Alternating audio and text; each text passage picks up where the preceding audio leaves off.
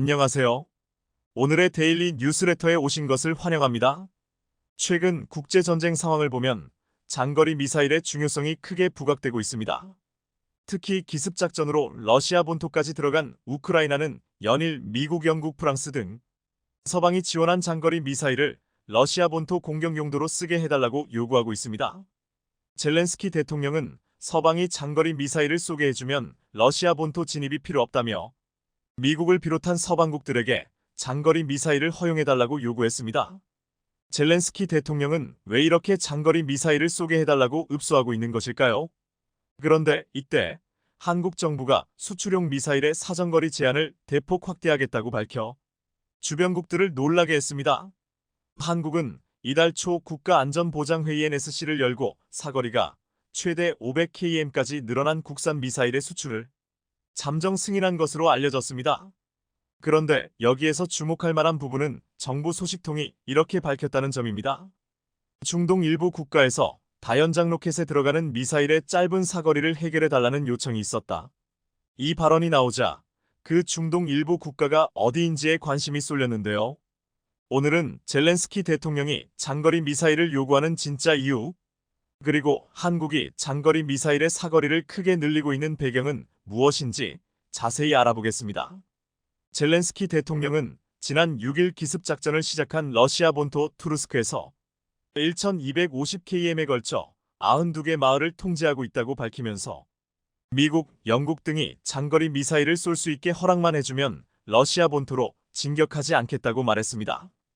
젤렌스키 대통령이 이렇게 장거리 미사일을 원하는 이유는 러시아 미사일과 공중 유도폭탄을 방어하고 러시아 군대 이동을 막으려면 충분한 사거리가 필요한데 확전이 될까 두려워하는 미국과 서방 국가들의 우려 때문에 장거리 미사일 사용을 못하고 있기 때문입니다. 그만큼 장거리 미사일은 전쟁의 양상을 바꿀 수 있을 만큼 중요한 위치를 차지하고 있는데요. 미사일 사거리 때문에 속을 끓이고 있는 곳은 또 있습니다. 바로 중국입니다. 미군이 지난 4월 훈련 참가를 명분으로 필리핀 북부 루손섬에 타이푼 중거리 미사일 포대를 전격 배치하자 중국은 참을 만큼 참았다며 미국의 불만을 폭발시켰습니다. 미국이 훈련이 끝나가는데도 계속 포대를 유지하면서 철수 시점을 공개하지 않자 중국은 이것이 사실상 미국이 필리핀 북부의 중거리 미사일 배치를 영구적으로 하겠다는 의사표시로 보는 것입니다. 또한 중국이 미국의 중거리 미사일 배치에 민감해하는 이유는 타이푼 미사일 포대가 들어선 필리핀 루손섬 북단은 대만 해협에서 불과 40만 500km밖에 떨어져 있지 않기 때문입니다. 즉, 중국이 대만을 침공했을 때 방어작전 거점이 되는 오키나와 가데나 공군기 지 600km보다 더 가까운 거리에 있다는 의미입니다. 이러니 중국이 예민하게 반응하는 것인데요. 하지만 중국이 그러거나 말거나 미국은 일절 반응을 보이지 않았습니다. 미국이 알박기하듯 대만 해협에 가까운 필리핀 북부 루손섬에 중거리 미사일 포대를 배치해두고 중국이 뭐라고 해도 꿈쩍도 않는 양상인데요. 타이푼은 토마호크 순항미사일, SM-6 탄도미사일 등을 육상에서 발사하는 이동식 발사대로 미 군수업체 로키드 마틴이 개발해 작년에 실전 배치했습니다. 토마호크 순항미사일은 사거리가 1600km 이상인 중거리 순항미사일로 방공망을 회피하면서 목표를 정밀 타격하는 것으로 유명합니다. 중국이 왜 이렇게 발끈하느냐? 타이푼 포대의 필리핀 배치가 갖는 의미는 미군이 냉전 이후 처음으로 해외에 중거리 미사일을 배치했기 때문입니다. 그것도 중국이 휘젓고 다니는 필리핀 해역이다 말입니다. 미국은 1987년 옛소련과 맺은 중거리핵 전력조약 INF에 따라 사거리 500만 5500km의 중단거리 탄도미사일과 순항미사일을 모두 폐기했습니다. 그러나 러시아가 단거리 탄도미사일 이스칸데르를 개발하고 중국이 괌과 일본 등지를 겨냥한 중단거리 미사일을 개발해 2000여 기를 실전 배치하자 트럼프 전 대통령이 2019년 이 조약 탈퇴를 선언했던 것입니다.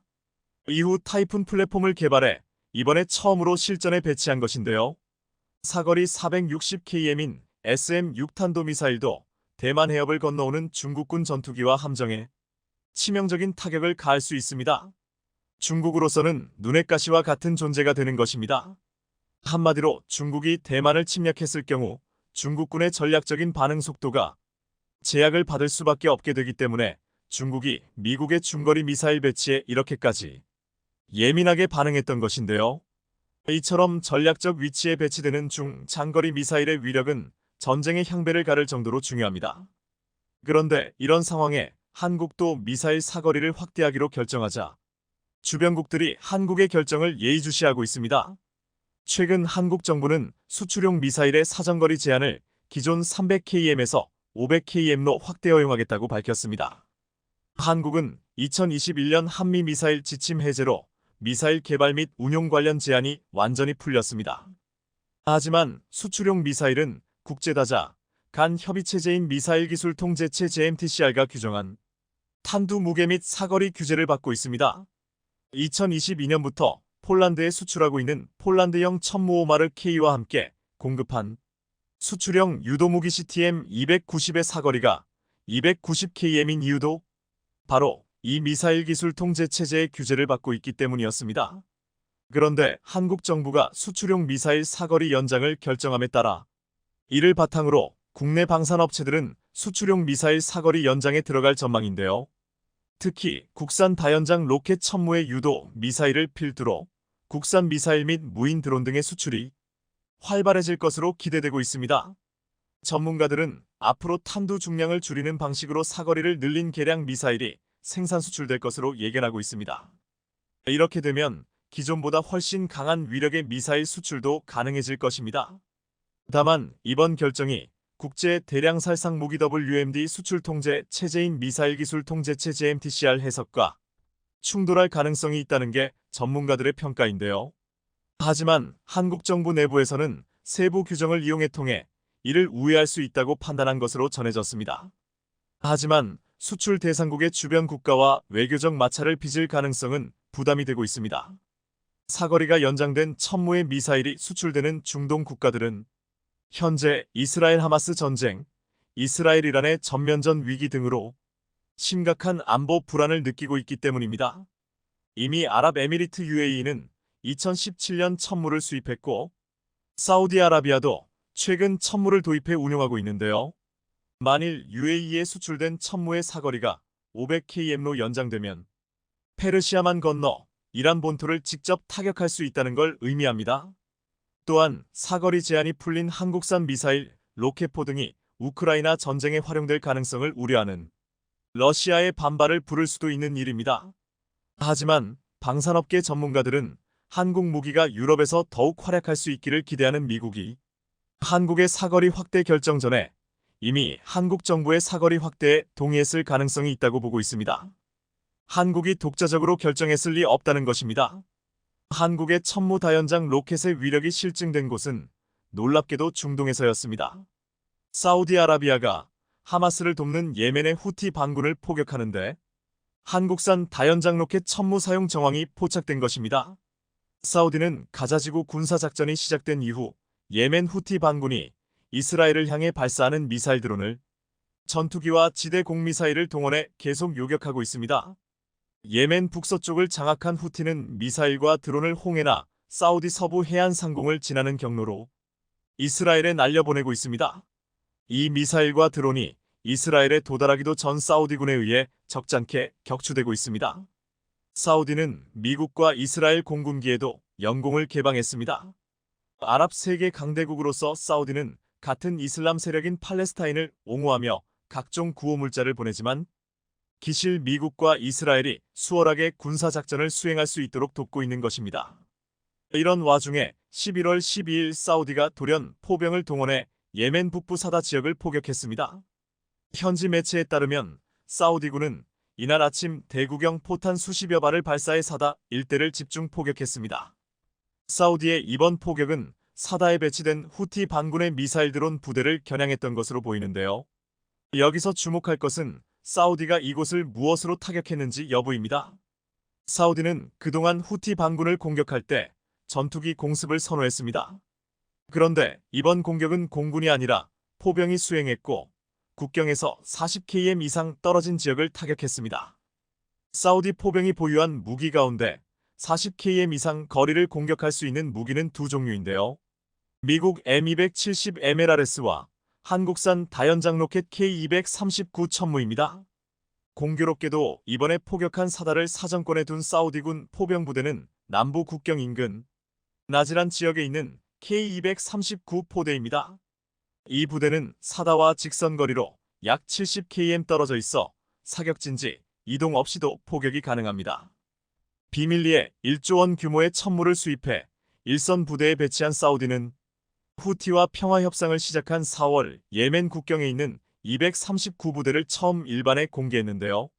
사우디가 수입한 천무는 사거리 45km 무유도탄인 230 로켓과 사거리 80km 유도탄인 239 로켓 두 종류입니다. 사우디가 이번 공격에 천무를 동원한 것으로 추정되는 이유는 후티 반군이 보유한 모든 유형의 포병 무기보다 긴 사거리를 지녀 포격 후 반격을 피할 수 있기 때문이었습니다. 실제로 후티 반군은 이번에 포탄 수십 발을 얻어맞고도 사우디의 별다른 반응을 보이지 않았고 실제로 대응 사격도 하지 못했던 것입니다. 이번 포격이 주목받는 이유는 사우디가 동원한 포병 자산이 정말 천무라면 이번이 천무의 첫 실전 대비가 되는 것이기 때문입니다. 천무는 보병 휴대용 장비인 형궁처럼 쉽게 유통될 수 있는 무기가 아니지만 사우디는 물론 UAE에서도 기존 다연장 로켓 장비를 뛰어넘는 성능과 신뢰성으로 큰 호평을 받고 있는데요. 만약 사우디군의 이번 후티 반군 공격이 실제로 천무로 이뤄진 것이라면 성공적인 실전 대비로 형궁처럼 입소문을 타 추가 수출이 성사될 가능성이 큽니다. 천무는 MLRS보다 기동성이 우수하고 하이마스보다 다양한 탄약을 더 많이 운용할 수 있습니다. 자동화된 사격 통제 장치를 갖춰 발사 준비 시간과 사격 후 진지 이탈 소요 시간도 짧습니다. 다연장 로켓으로 치고 빠지는 전술을 구사할 수 있다는 장점이 있습니다. 더구나 폴란드 수출 사례에서 증명된 것처럼 천무는 MLRS나 하이마스보다 우수한 데다 가격이 저렴하고 납기도 빠릅니다. 이번에 장거리 미사일 사거리 연장 결정을 발표하면서 한국 정부 소식통이 중동 일부 국가에서 다연장 로켓에 들어가는 미사일의 짧은 사거리를 해결해달라는 요청이 있었다 고 발언하자 한국의 대표적 국산 다연장 로켓인 천무를 수입하려고 한국과 접촉 중인 나라가 어디인가에 쏠렸는데요. 방산무기 협상의 특성상 계약이 확정되기 전에는 비밀 유지가 필수라 아직 공식적으로 공개되지는 않았습니다. 중동 국가 이외에도 최근에 천무에 적극적인 관심을 보이고 있는 나라 중에는 말레이시아도 있습니다. 최근 말레이시아 국방장관은 한화에어로스페이스와 만나 노후화된 다연장 로켓 교체를 앞두고 천무 구매를 모색하고 있으며 도입이 유력한 상황입니다. 게다가 장갑차 K200의 성능 개량 사업 협력도 한국과 협력하길 원하는 것으로 알려졌습니다. 사거리 연장이라는 기회를 만난 한국의 다연장 로켓 천무의 추가 수출 소식을 기다려봅니다. 최근 유럽 시장인 루마니아가 한국산 K9 자주포를 도입하며 세계 자주포 시장에 쐐기를 박았습니다. 루마니아의 이런 행보는 같은 유럽 국가인 독일을 비롯해 위기감을 느낀 경쟁국들이 한국산 K9 자주포에 심각한 견제를 하고 있는데요. 그런데 최근 K9를 둘러싸고 경쟁 국가들에게 충격적인 소식이 전해졌습니다. 바로 K9 자주포가 이집트로 수출된 세부적인 내용에서 중등으로 대규모 수출 사업을 위한 직접적인 사항들이 발견되었기 때문인데요. 중동 시장은 막대한 오일머니를 기반으로 수출이 성사만 된다면 국가 간 자관도 없이 전액 현금 거래를 하는 국가인 만큼 많은 나라들이 견제를 하고 있습니다. 심지어 또다시 한국에게 대규모 시장을 빼앗긴 독일 등 경쟁 국가들은 한국과의 경쟁 자체를 못하겠다고 포기해버렸는데요. 독일에서는 마지막 비장의 카드를 들고 나왔는데 바로 K9에 들어가는 일령 마력 엔진입니다. 전차의 강국인 독일에서는 K9 자주포에 들어가는 엔진이 한국에서 라이센스 생산된 것임을 꼬집어 한국과의 경쟁에서 유리한 고지를 점하려고 한 것입니다. 그렇지만 한국은 아예 초강수를 꺼내 들었는데 바로 세계 각국에 팔린 K9 자주포의 엔진을 모조리 국산 엔진으로 바꾼다는 것인데요. 이게 어떻게 된 일인지 자세히 알아보겠습니다. 한국 방위산업이 중흥기를 맞았습니다.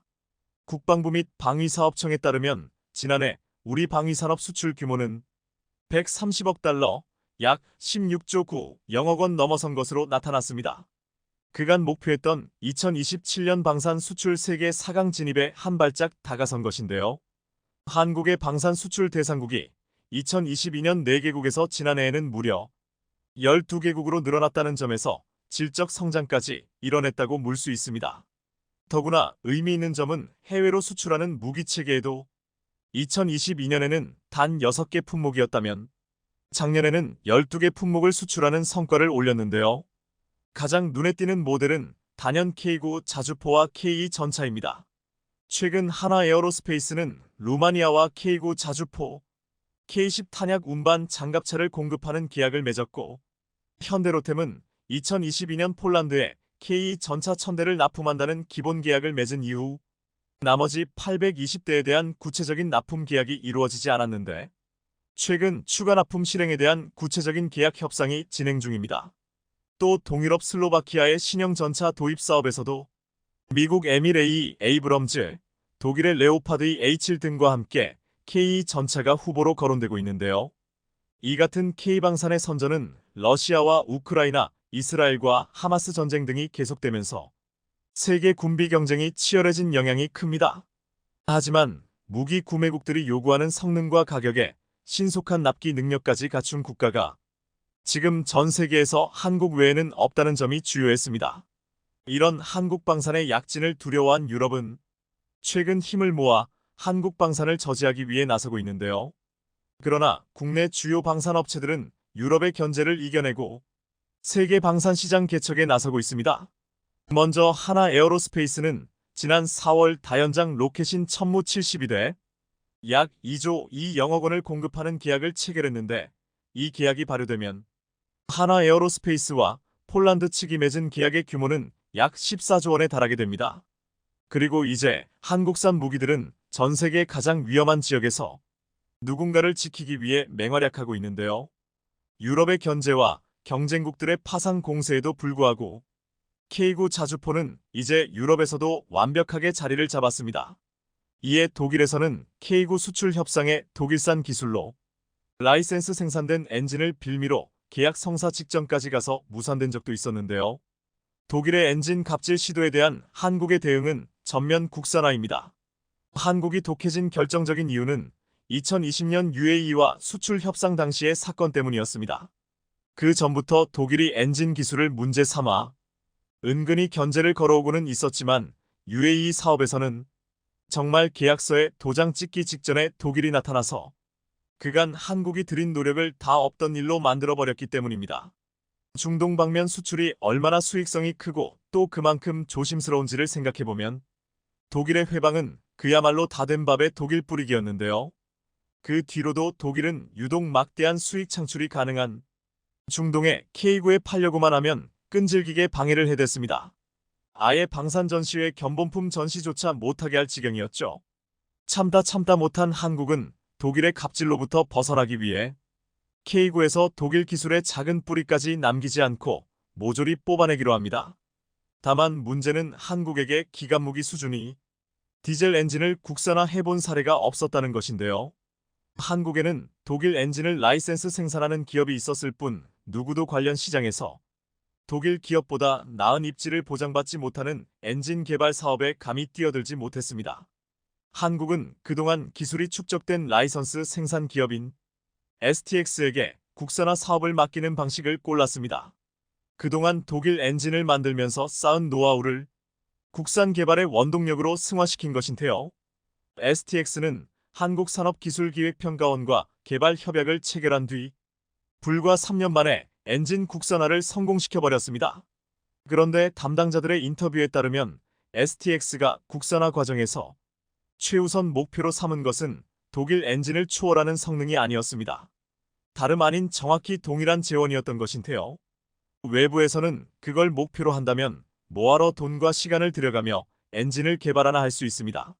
하지만 여기에는 확실한 이유가 있습니다. 당장이라도 엔진을 갈아 끼울 수 있게 만들어서 가능한 한 빠르게 K9를 독일의 영향력 하에서 빼내는 것이 진정한 목표였기 때문인데요.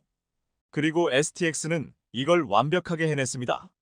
K9 자주포 체계 장비에 어떤 변화도 없이 그대로 엔진만 바꿔 끼우면 국산화율 100% 되는 것입니다. 그런데 그렇다고 해서 이게 성능적인 개선이 없었다는 뜻은 또 아니었습니다. 최우선 목표가 아니었을 뿐 설계상 동일한 재원을 맞춰서 완벽한 호환성을 갖춘 뒤로는 어느 정도 성능적인 개량도 해냈습니다. 연료 분사 장치를 전자 제어 장비에 통합한 것인데요. 이를 통해 전자 제어 장비가 엔진 내부 연소 과정을 해석해서 연료 분사 패턴을 최적화할 수 있게 되었습니다. 결과적으로 기존 엔진 대비 연료 소비율이 5% 이상 개선되는 효과를 누릴 수 있게 되었는데요. 놀라운 점은 STX가 이러한 가공할 만한 성과를 개발과 양산을 동시에 진행하면서 일궈냈다는 것입니다. 이번에 국내 매체가 공개한 내용에 따르면 지난 2022년 이집트와 체결한 K9 수출 계약의 세부적인 내용은 K9 216문, K10 탄약 운반자 39대, K11 사격 지휘 장갑자 51대였습니다. 그리고 이 모든 물량의 국산 파워팩이 탑재되는 조건이 붙어 있었는데요. STX는 3년 만에 개발에 성공했고 지체할 틈 없이 거의 동시에 양산까지 진행해 이집트 납품까지 성공해냈습니다. 현재 STX에 국산 엔진을 탑재한 K9과 K10 한 대씩을 이집트에 보낸 상태고 기존의 독일산 엔진을 탑재한 K9과 비교해서 어떤 차이가 있는지 각종 환경에서 3개월 동안 테스트할 예정인데요. 그리고 놀라운 점은 이러한 실험들이 이집트 사막 지역에서 진행되다 보니 그 결과가 큰 영향을 미치는 시장이 따로 있다는 것입니다. 바로 아프리카 및 중동 시장인데요. 독일이 어떻게든 막으려던 중동 시장을 국산 엔진을 가지고 다시 진입하는 것입니다. 이집트가 국산화된 파워팩을 달고 중동과 유사한 환경에서 K9는 훌륭하게 운영한다면 중동에서도 구미가 당길 수밖에 없을 텐데요. 게다가 이미 팔아놓은 K9 엔진을 모두 국산 엔진으로 바꿔 달아버릴 수도 있습니다. STX가 완벽한 상호 호환성을 위해 동일한 재원으로 엔진을 만든 이유가 이건데요. 그동안 전 세계 자주포 시장 80% 이상을 도배한 K9에게서 독일은 나름대로 엔진 라이센스 로열티를 받아먹고 있었던 만큼 독일에서는 큰 타격을 입게 될 겁니다. 또한 중동 시장에 진입하는 K9 자주포를 본다면 독일 입장에서는 속이 뒤집어질 것입니다. 최근 중국 인민해방군 해군이 잠수함 부대 창설 70주년을 기념해 신형 잠수함을 공개했다고 관영 매체들이 보도했습니다. 중국은 신형 잠수함을 공개하면서 유난히 향상된 스텔스 기능과 함께 작전 수행 능력을 갖췄다고 자화자찬했는데요.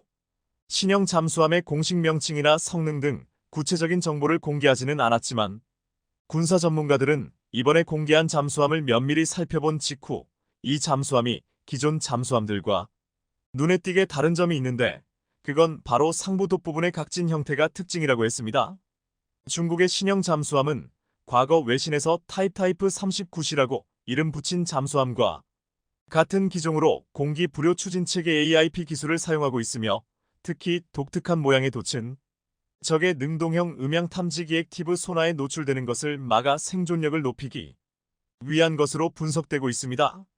한 중국 군사 전문가는 중국 해군이 공개한 영상과 CCTV 보도를 볼 때 이 잠수함이 이미 작전 수행 단계에 도달했을 가능성이 있다고 추정했습니다. 스텔스 기능을 강화했고 각진 돛으로 탐지 회피 기능을 갖고 있다. 중국이 잠수함에 이렇게 유난히 스텔스 기능을 강조하는 이유가 있습니다. 잠수함은 은밀하게 작전을 수행할 수 있는 능력이 핵심입니다.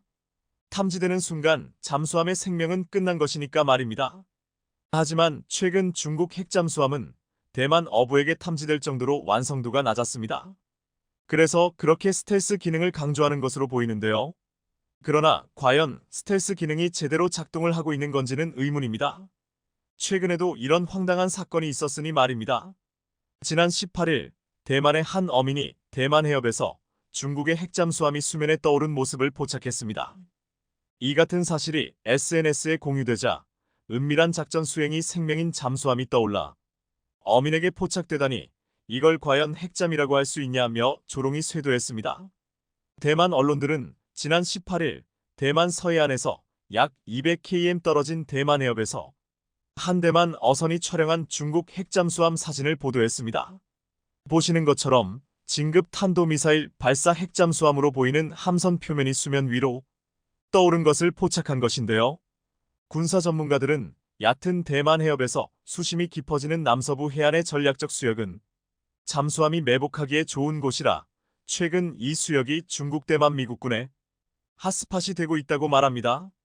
그런데 핵잠수함은 한 번에 수중에서 수개월간 활동할 수 있으며 탄도미사일 잠수함 비밀 임무는 거의 수면으로 떠오르지 않는다는 게 정설입니다. 하지만 어떻게 중국의 이 잠수함은 중요한 임무 중에 이렇게 대만 해협에서 떠오른 것일까요? 전문가들은 이날 사고가 오작동으로 잠수함이 수면으로 떠오를 수밖에 없었던 어떤 이유가 있었을 것이라고 분석합니다. 최근 중국은 대만 해협 중간선이나 대만 서남부 방공식별 구역 ADIG로 거의 매일 군용기와 군함을 보내 무력 시위를 펼치고 있습니다. 특히 지난달 20일 친미독립 성향 라이칭더 총통이 취임하자 취임 사흘 만인 23일 6회 공로켓군 합동으로 대만 본섬의 사방을 포위하는 군사훈련을 진행하며 대만을 위협했습니다. 그런데 이렇게 잠수함이 오작동으로 수면에 떠오르고 말았으니 중국 입장에서는 무안할 수밖에 없었습니다. 그런데 앞으로 중국 잠수함은 적어도 서해에서의 작전은 어려울 듯합니다. 한국은 지금 다른 방산 무기뿐 아니라 무인 수상정 개발에도 박차를 가하고 있기 때문입니다. 푸틴 러시아 대통령의 지정학적 야욕을 드러낸 푸틴의 자존심이라는 평가를 받는 대교가 하나 있습니다. 바로 크림 대교입니다. 러시아는 2014년 크림반도를 강제 병합한 이후 길이 12마일의 크림 대교를 건설했는데요. 크림 대교는 크림반도와 러시아 본토를 연결해 전략적으로 중요한 위치에 있어 우크라이나 전쟁 이후 러시아군의 핵심 보급로 역할을 해왔습니다. 하지만 그렇기 때문에 우크라이나의 공격 대상 1순위로 꼽혔습니다. 그리고 예상은 현실이 됐습니다. 우크라이나의 무인 수상정 USV 푸틴의 자존심 크림 대교를 공격한 것인데요. 당시 공개된 영상을 보면 무인 수상정 한 대가 크림반도 아래로 서서히 접근하다가 폭발을 일으키는 모습을 생생하게 담고 있습니다.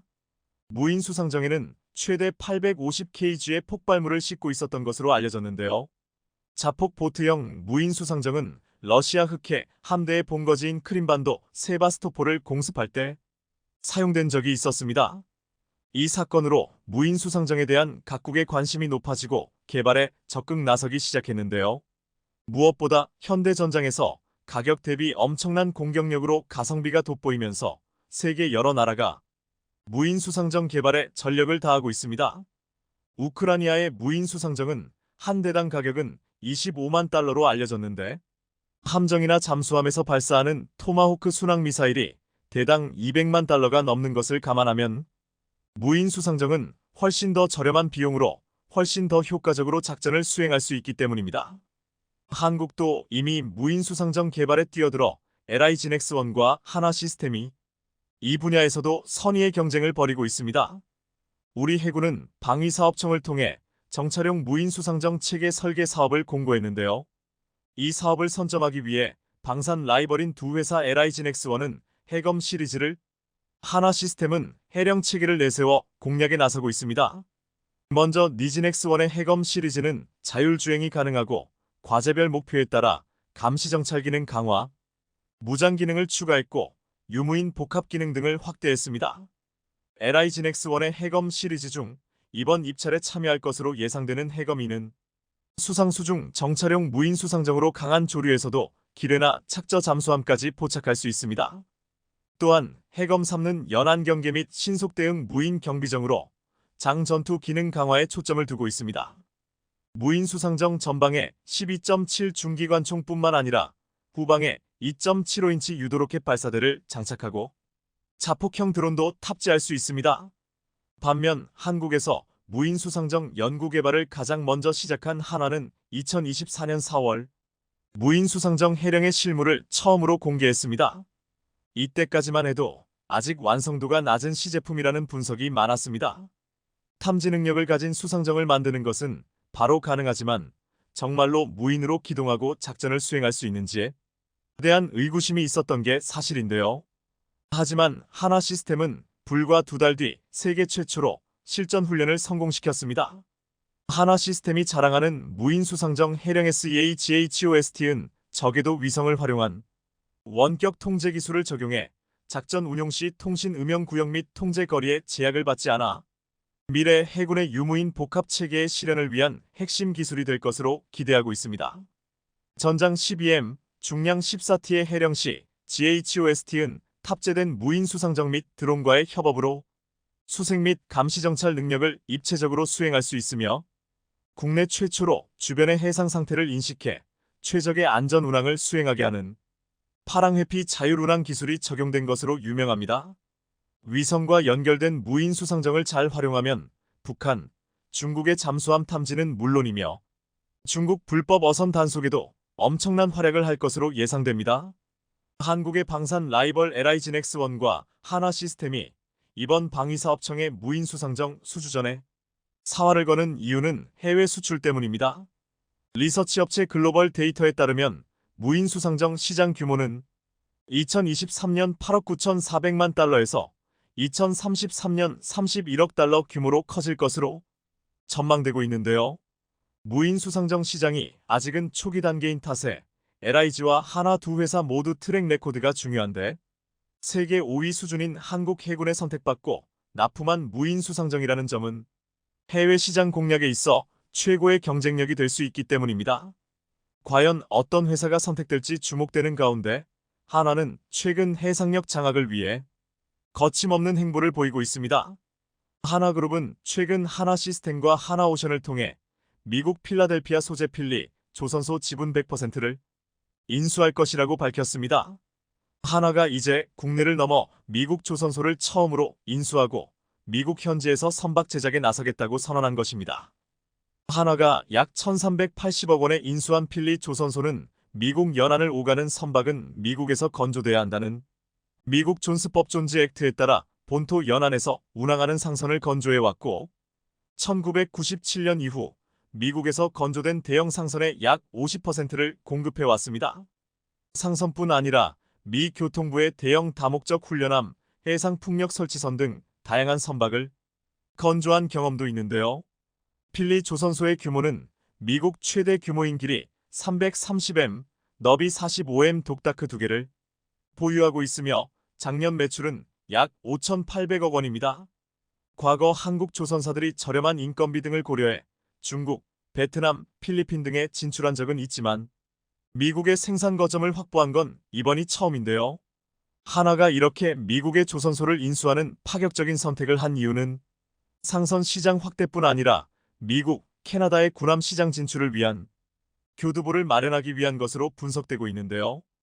K9 자주포, K2탱크, 다연장 로켓 천무에 이어 무인 수상정 등 경쟁력 있는 방산 무기들을 생산하고 있는 한국이 미국 본토에까지 거점을 마련한다는 점에서 하나의 파격적인 행보는 중국과 일본 등 경쟁국들을 긴장시키고 있습니다.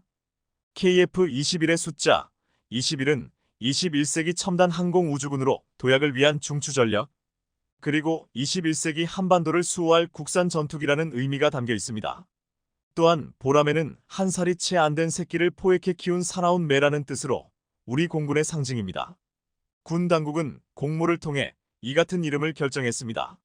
그동안 공군은 최신 전투기들을 해외에 도입하여 사용해왔지만 이 전투기들은 우리 전자환경 3면이 바다이고 산악이 많으며 적과 대치거리가 짧은 특성을 제대로 반영하지 못했습니다. 하지만 KF-21은 개념 및 설계부터 우리나라 특유의 전장 환경을 고려하여 만들었습니다. KF-21의 수출 시장에서 경쟁력을 얻기 위해서는 군 전력화 과정이 중요합니다. KF-21의 경쟁 기종인 F-16은 멀티롤, 라팔은 옴니롤, 유로파이터는 스윙롤이라는 임무 유연성과 효율성을 나타내는 표어가 있습니다. 반면 KF-21은 양산에 들어갔지만 해외 시장에 소개할 표어가 아직 없죠. KF-21의 How to Fight, 즉 전투기가 어떻게 싸우는지 소개할 표어는 무엇이 좋을까요? 다음 소식입니다. 나토는 당장 오늘 밤에 라도 싸움에 나설 준비를 하는 상황이며 방어력 증강을 위해 산업 능력이나 국방비 지출에 관한 논의를 지속하고 있습니다.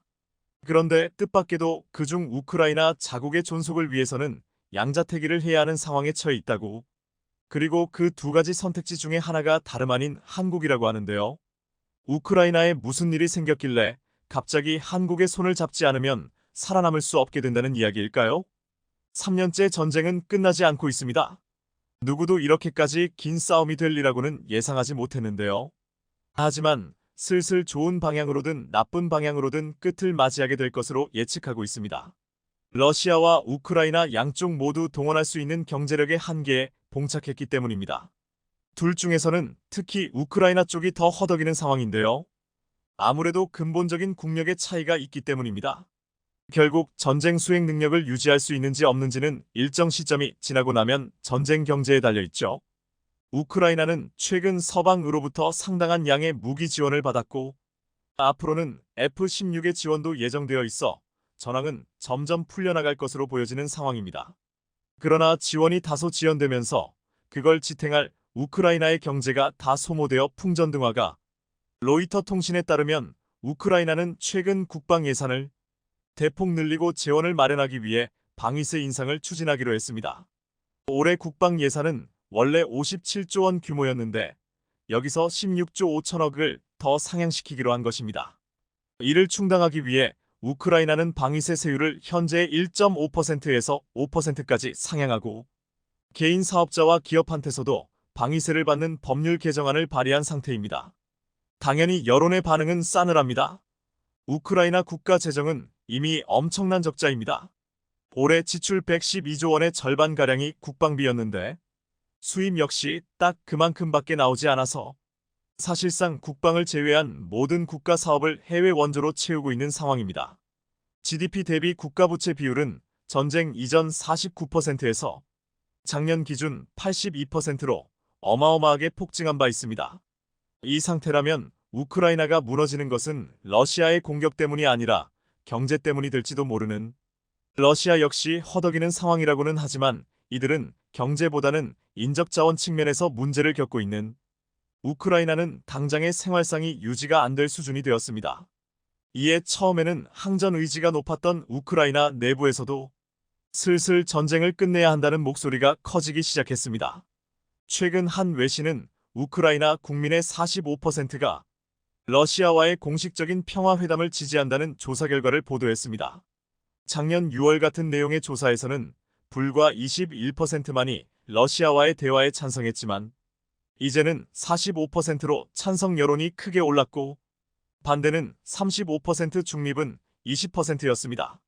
물론 여전히 반대 여론이 적지 않은 상황이지만 비율의 변화에서 우크라이나 내부에서 전쟁에 대한 피로감이 커지고 있다는 점을 간과할 수는 없겠습니다. 우크라이나는 이제 슬슬 전쟁 이후의 대비를 생각하지 않을 수 없게 되었습니다. 황폐화된 인프라를 재건하고 장기화된 전쟁으로 소모된 물자를 보충하며 이러한 일이 재발되지 않도록 군비를 강화하는 과정 등이 우크라이나한테는 필요합니다. 그런데 이 과정에서 우크라이나는 한 가지 의아한 선택을 하려고 하고 있습니다. 바로 튀르키예 방산과 손을 잡으려는 것입니다. 특히 공식적으로 튀르키예 5세대 전투기 프로그램인 칸에 합류하겠다는 뜻을 밝혔는데요. 구소련의 유산으로 상당한 항공 기술력을 보유하고 있는 우크라이나가 여기에 노선을 갈아타야 된다면 칸이 경쟁 상대로 꼽고 있는 한국 입장에서는 아무래도 껄끄러운 일이 아닐 수 없습니다.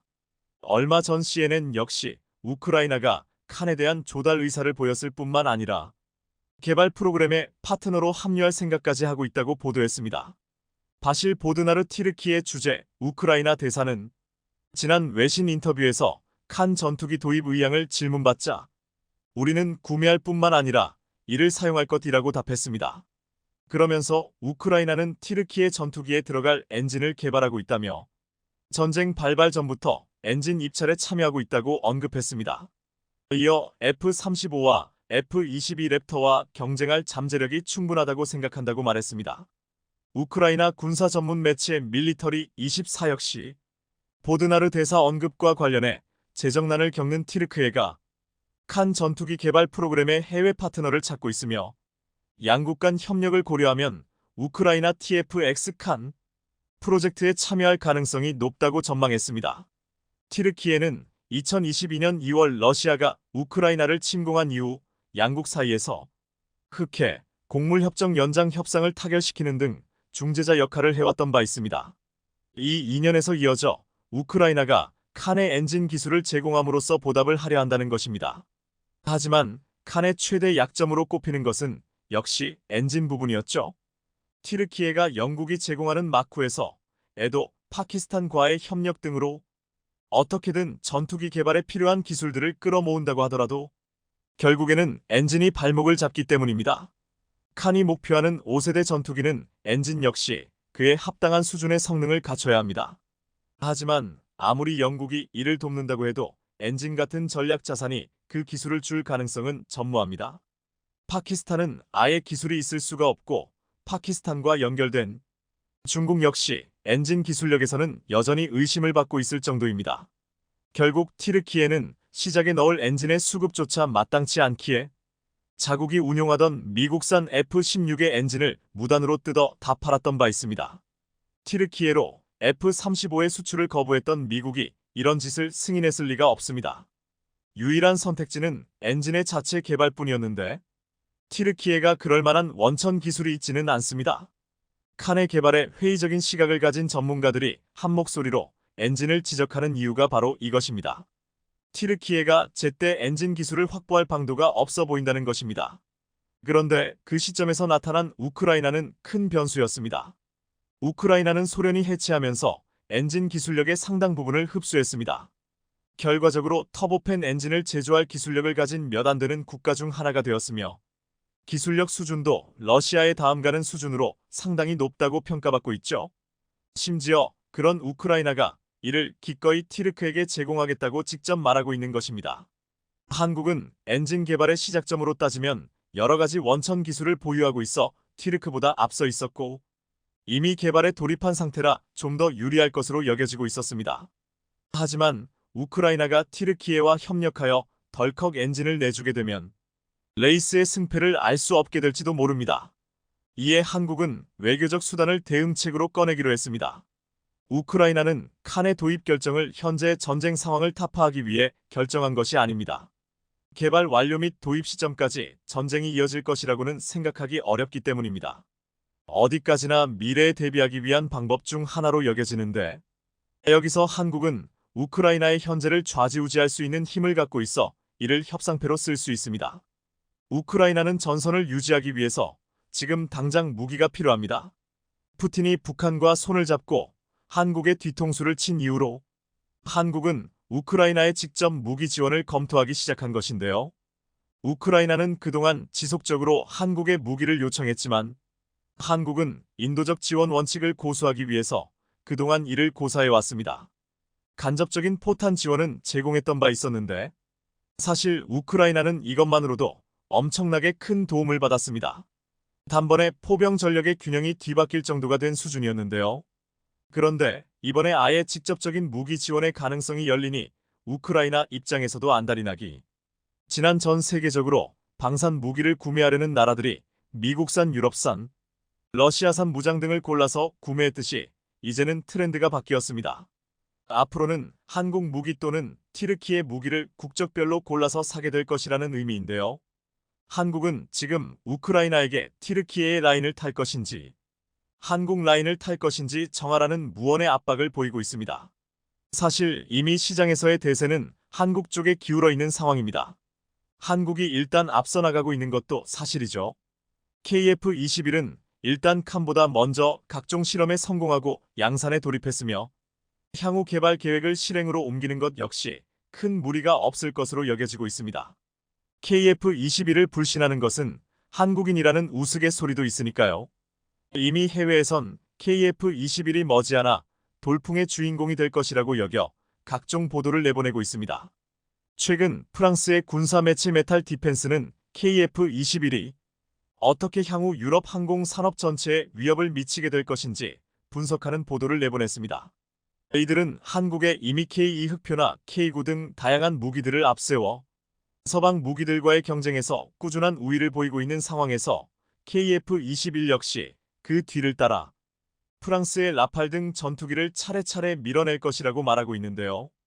균형 잡혀 있으면서도 최신 성능으로 무장하고 있어 삽시간에 국제방산 시장의 지분을 확보할 것이라는 불안감을 드러냈습니다. 이들은 또한 경이로운 개발 속도에 주목했습니다. 고작 9년 만에 시제기를 만들어내서 시험 비행 1년 만에 운용 적합 판정, 2년 만에 복잡성을 포함한 시제기 6대 확보 3년 만에 양산에 돌입하는 등 말도 안 되는 속도로 개발을 척척 진행해 나가는 모습에 경악하고 있었죠. 이에 반해 튀르키예 칸은 에르도안 대통령의 정치적 명분을 위해 개발되었기 명확한 개발 프로세스가 존재하지 않습니다.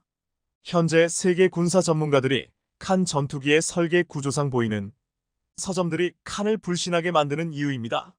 그렇기에 우주항공의 사내 저널 기사에 따르면 첫 번째 시작인 피제로는 오로지 경납고를 투과 세계 챔피언 항공기의 엔진 시동 테스트를 위해 9개월 만에 급하게 제작된 기체라고 설명했습니다. 실제로 튀르키예 정부에서 요구한 세 가지만을 충족시키기 위한 기체라는 것인데요. 튀르키예 전투기 프로그램 담당 부사장 우그르 쟁기는 시제기의 비행 하중을 위한 구조적 테스트를 지상에서 진행도 하기 전에 시험 비행부터 나섰는데요. 이 재료에 부착된 캐노피 역시 심각한 오류가 발생해 새로운 캐노피를 장착할 것이며 랜딩 기어 역시 내구성을 더욱 높여야 한다고 전했습니다. 튀르키예 사내 기사에서 보든 모든 일련의 과정들을 건너 뛴 칸 전투기인데요. 이는 KF-21 전투기처럼 초음속 비행을 위한 기체의 내구도 테스트 등은 전혀 이루어지지 않았고 정확하게 언제 개발 완료가 될지 모를 것입니다. 실제로 칸은 영국의 도움과 미국제 엔진을 탑재해 만들어지고 있음에도 그 설계가 근본이 없다는 평을 받고 있는데요. 최근 공개된 칸의 사진들을 자세히 뜯어보면 레이더 돔이 유독 독특한 모양을 하고 있는 걸 확인할 수 있습니다. 미국의 F-20이나 F-35 그리고 KF-21과 직접 비교해보면 확실히 차이나는 것을 알 수 있는데 기체 후방 엔진 사이의 테일콘 역시 서구권 전투기와 명백히 다른 형태를 가지고 있는데요. 전문가들은 이러한 구조가 마치 러시아제 전투기를 닮아 있다고 표현하고 있습니다. 기수 형성과 가로로 넓은 형상 그리고 돌출되어 있는 테일콘과 우뚝 솟은 캐노피까지의 항공역학적인 부분에서 러시아 전투기와 매우 흡사하다는 것을 알 수 있습니다.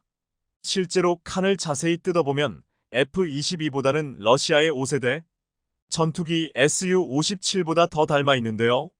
전문가들은 칸 설계에 러시아 출신 엔지니어들이 참여하실 것으로 추정하고 있습니다. 튀르키예는 러시아에서 S-400 방공 체계까지 도입하며 군사 협력을 이어왔기에 이번 전투기 사업에는 러시아의 도움이 있었다고 하더라도 이상한 일은 그렇기에 러시아의 S-400 도입을 강행하면서 미국의 적성국 대응 제재 법인 카차에 이름을 올려있기 때문인데요.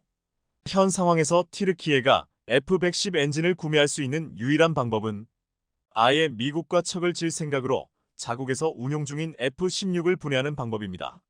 이후 카피 엔진을 만든다는 것인데 물론 이조차도 현실성이 없어 보입니다. 전문가들은 칸 전투기의 엔진 출력이 지금보다 1.5배 이상 상향되지 않는다면 제대로 된 기동이 불가능할 것으로 예측하고 있습니다. 중국의 스텔스 전투기 J-20 역시 무지성으로 최근 많이 늘렸다가 엔진 출력이 받쳐주지 못해 곤욕을 치른 바 있습니다. 자화자찬했던 J-20 전투기를 목격한 세계 군사 전문가들에게 놀림거리가 되었었던 중국의 수순을 똑같이 밟고 있는 튀르키예라는 것이죠. 이러한 과정으로 미루어 보아 해외에서는 KF-21의 5세대 전투기로까지 발전하리라는 것을 믿어 의심치 않고 있습니다. 최근에는 말레이시아가 전투기 도입 사업의 조건을 개정하면서 러시아의 Su-57과 한국의 KF-21만을 후보로 남기기도 했죠. 기준은 최소 5세대 전투기의 것이었는데 여기서도 이미 해외에서 KF-21의 미래의 5세대 전투기로 파악하고 있다는 것을 알 수 있습니다. 과연 우크라이나는 한국의 이지 선다에 어떻게 답변하게 될까요? 다음은 KF-21 엔진 소식입니다. 한화 에어로스페이스가 자신 없어 하는 분야가 하나 있는데요. 바로 시험평가입니다. 이러한 기술을 적용한 엔진을 만들기 위해선 모든 단계에 대해 설계 능력과 제작 능력, 그리고 그 안전성을 증명할 수 있는 시험평가를 하나하나 거쳐야만 합니다. 그런데 그걸 위한 인프라를 일개 기업이 만들려면 수조에 가까운 예산이 드는데 사실상 불가능한 영역이죠. 여기서 절실한 것이 다른 협력 기업이나 국가적 지원의 존재입니다. 운 좋게도 하나는 그 둘을 모두 얻을 수 있었습니다. 한화가 엔진 개발을 선언한 같은 날, 정확히 똑같은 분야에 출사표를 내민 기업이 있었던 것입니다. 바로 두산 에너빌리티입니다. 의외로 두산은 하나의 고민을 해결해 줄 수 있는 역량을 많이 가지고 있었습니다. 이걸 바탕으로 설계 과정에 관여할 예정인데 하나보다도 훨씬 자신감에 차 있는 모습이었죠. 두산의 커리어가 특이하기 때문인데요. 엔진 터빈의 경우 비슷한 기술을 이용해서 항공기를 날릴 수도 있고 발전기를 돌릴 수도 있습니다. 항공엔진 기술이 있는 다른 나라들의 경우 일반적으로 항공엔진 기술을 먼저 개발하고 이걸 이용해서 발전용 엔진 터빈을 개발하는 순서였습니다. 하지만 두산의 경우 항공엔진의 뜻이 없는 상태에서 세계 5번째로 발전용 엔진 터빈을 독자 개발했습니다. 한국은 이걸 역으로 항공엔진으로 만들면 되는 것입니다. 또 엔진의 차이는 항공엔진의 경우 무게 대비 추력을 극대화하는 것이 목표이고 발전엔진의 경우 연료 효율을 극대화하는 것이 목표라는 것입니다. 반대로 말하면 두산의 엔진은 이미 연료 효율만큼은 최고라는 것이 됩니다. 물론 이걸 항공엔진으로 만드는 과정이 간단하지는 않겠지만 두산은 초고압 터빈을 1만 시간 가까이 지속적으로 노출시킨 운전 기록 그 자체가 자부심이라고 스스로 밝혔습니다. 하나가 고심하고 있는 초내열성 소재 역시 두산은 1700도까지 극복한 소재를 보유하고 있습니다. 두산은 발전 엔진 터빈을 쏟은 지난 10년간 어마어마하게 많은 소재 데이터를 쌓았고 이 데이터를 분석해서 새로운 합금강을 제조하는데 이를 적극 활용하고 있습니다. 이들 역시 하나 마찬가지로 신기술을 곧바로 제약 없이 받아들이고 있는 것입니다. 남은 것은 이를 항공용으로 바꾸는 것뿐입니다. 두산은 원래 이러한 기술을 발전소에 적용하고 있었고 방산 분야에서는 추후 함정용으로 응용할 예정이었습니다. 일본은 잃어버린 반도체 패권을 되찾기 위해 구마모토현에 반도체 공장을 짓고 있습니다. 그동안 TSMC 반도체 공장을 일본 내에 유치하기 위해 일본 정부가 투입한 지원금은 자그만치 4조 3천억 원에 달했습니다. 그런데 최근 여기에 8조 1천억 원을 더 주기로 결정했습니다. TSMC를 포함한 전체 지원 금액은 30조 원에 달할 것으로 보입니다. 일본이 얼마나 반도체 부활에 사활을 걸고 있는지 알 수 있습니다. 당장은 대규모 보조금을 투입하지만 본격 가동에 들어가면 10년 만에 자신들이 지급한 보조금을 뽑아내는 남는 투자가 된다고 일본 정부는 국민들을 설득 중입니다. 일본이 이렇게 보조금을 뿌리면서 공장을 지어달라고 읍소하는 이유는 TSMC와 인텔 등 첨단 반도체 기업들이 유럽의 보조금을 받아 독일에서 생산할 계획을 발표하면서 부터였습니다. 반도체 공장을 유럽에 빼앗길 수 없으니 파격적인 보조금 혜택을 주어서라도 공장을 유치하려고 했던 것입니다. 일본 등 각국이 경쟁하듯 지원금을 늘려가는 배경에는 경제 안보가 작용했습니다. 스마트폰은 물론 자동차와 AI, 첨단 무기까지 반도체 없이는 생산이 불가능한 상황이 된 것이 결정적이었습니다. 무엇보다 일본 매체 마이니치는 일본 정부의 읍소 작전의 배경을 이렇게 분석했습니다. 미국은 지난해 10월 중국으로의 첨단 반도체 수출을 금지했다.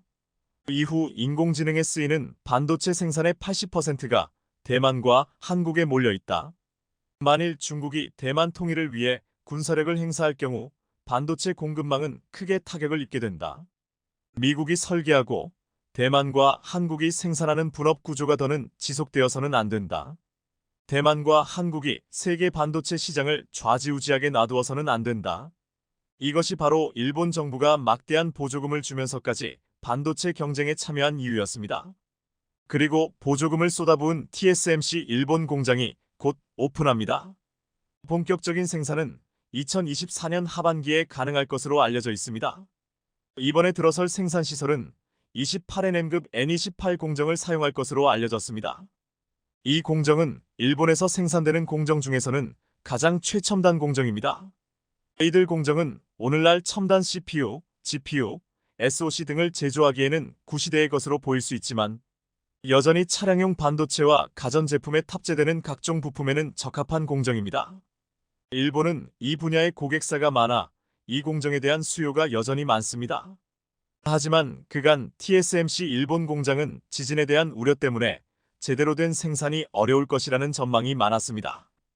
그런데 새해 첫날 발생한 일본 서부 해안의 7.6의 강진은 이런 우려가 현실이 될 수 있다는 것을 보여주고 말았습니다. 아직까지 일본 내 반도체 장비 시설에서 피해가 있었다는 보고는 없습니다. 하지만 일본 경제매체 동양경제는 이렇게 지적했습니다. 여진이 계속되는 만큼 생산 설비나 공급망에 미치는 영향을 정확히 파악하기까지 시간이 더 걸릴 것으로 보인다. 시간이 더 지나봐야 안다는 이야기입니다. 일본은 삼성전자나 TSMC와 같은 첨단 반도체 기업은 없지만 범용 반도체를 생산하는 웨이퍼 공장의 존재감은 여전히 상당합니다. 르네사스 일렉트로닉스는 세계 자동차용 시스템 반도체 MCU 시장의 30%를 점유하고 있으며 세계 낸드 플래시 시장 점유율 15%를 차지하는 키옥시아도 일본 여러 곳에 공장을 두고 있습니다. 그런데 이게 문제로 떠오르고 있습니다. 일본에서 강도 높은 지진이 발생할 때마다 이들 반도체 기업도 영향을 받아왔기 때문입니다. 2022년 3월 일본 도호쿠 지방에 규모 7.4 지진이 발생하면서 무라타 소니 르네사스 시네츠 등 공장이 가동을 중단하는 일이 벌어졌고 르네사스 공장 3곳이 생산을 중단하면서 차량용 반도체 공급이 줄어 완성차 업체들의 신차 출고가 지연됐습니다. 규모 9.0이었던 2011년 동일보 대지진 때는 지진이 반도체 가격 상승을 이끌기도 했습니다. 지진 진원지와 가까운 이와테현에 위치한 도시바의 반도체 공장에서 생산이 중단됐고 르네사스와 후지츠 반도체 공장, 모토로라 공장 등이 영향을 받으며 반도체 시중 가격 상승을 초래했습니다. 따라서 업계에서는 일본이 반도체 생산 기지로 매력적인 입지가 절대 아니라는 평가가 다시 대두되고 있습니다. 반도체 업계 관계자는 반도체 생산 라인은 한번 멈추면 재가동하는데 짧게는 수일에서 길게는 수개월이 걸리기도 한다. 제품 수율을 위해 세팅한 것을 다시 조정하고 제작하던 웨이퍼도 전량 폐기해야 하기 때문에 지진으로 공장이 한번 중단되면 막대한 손실을 입게 된다고 지적합니다. 하지만 일본 정부는 반도체 부족으로 전자제품을 비롯해 자동차 등 일본 주력 제품들이 생산 차질을 빚자 공급망을 내재화해야 한다는데 골몰했고 TSMC를 일본에 끌어들이는 데까지는 성공했습니다. 또 미국 메모리 업체 마이크론이 4조 8천억 원을 투자해 히로시마현에 차세대 디램 공장을 증설하도록 만들기도 했습니다. 이들 기업들은 당장 일본이 제시하는 막대한 보조금 때문에 일본의 반도체 공장을 짓는데 합의했습니다. 그러나 지진 위험이 늘 있는 일본에서 일본 정부가 제공하는 보조금 이상의 이점이 있어야만 반도체 부흥이 현실이 될 것이라는 지적은 끊임없이 제기되고 있습니다. 반도체 업계의 한 고위 관계자는 이렇게 전망합니다. 지진은 대만에서도 자주 발생한다. 하지만 TSMC가 대만에 공장을 더 늘리고 첨단 라인을 대만에만 두는 이유는 보안이나 집적 효과 등에 있어서 대만의 이점이 외국에 공장을 짓는 위험성을 크게 상쇄하기 때문이다. 일본도 보조금 외에도 지진 리스크를 멀어낼 수 있는 확실한 이점이 있어야 제조시설을 더 유치할 수 있을 것이다. 그리고 이 우려는 현실이 되고 말았습니다. 일본 지진 발생 직후 주민이 찍은 영상입니다. 이번에 지진이 발생한 이후 일본 정부가 가장 두려워한 것은 쓰나미와 화재에 대한 우려였지만 정말 심각한 것은 지진으로 집안이 약해진 곳에서 나타나는 산사태였습니다. 반도체는 무엇보다 안정적인 생산과 납기가 중요한 산업입니다. 하지만 이처럼 불안정한 집안을 가진 일본에서 안정적인 반도체 생산을 기대하는 것은 어려워 보입니다.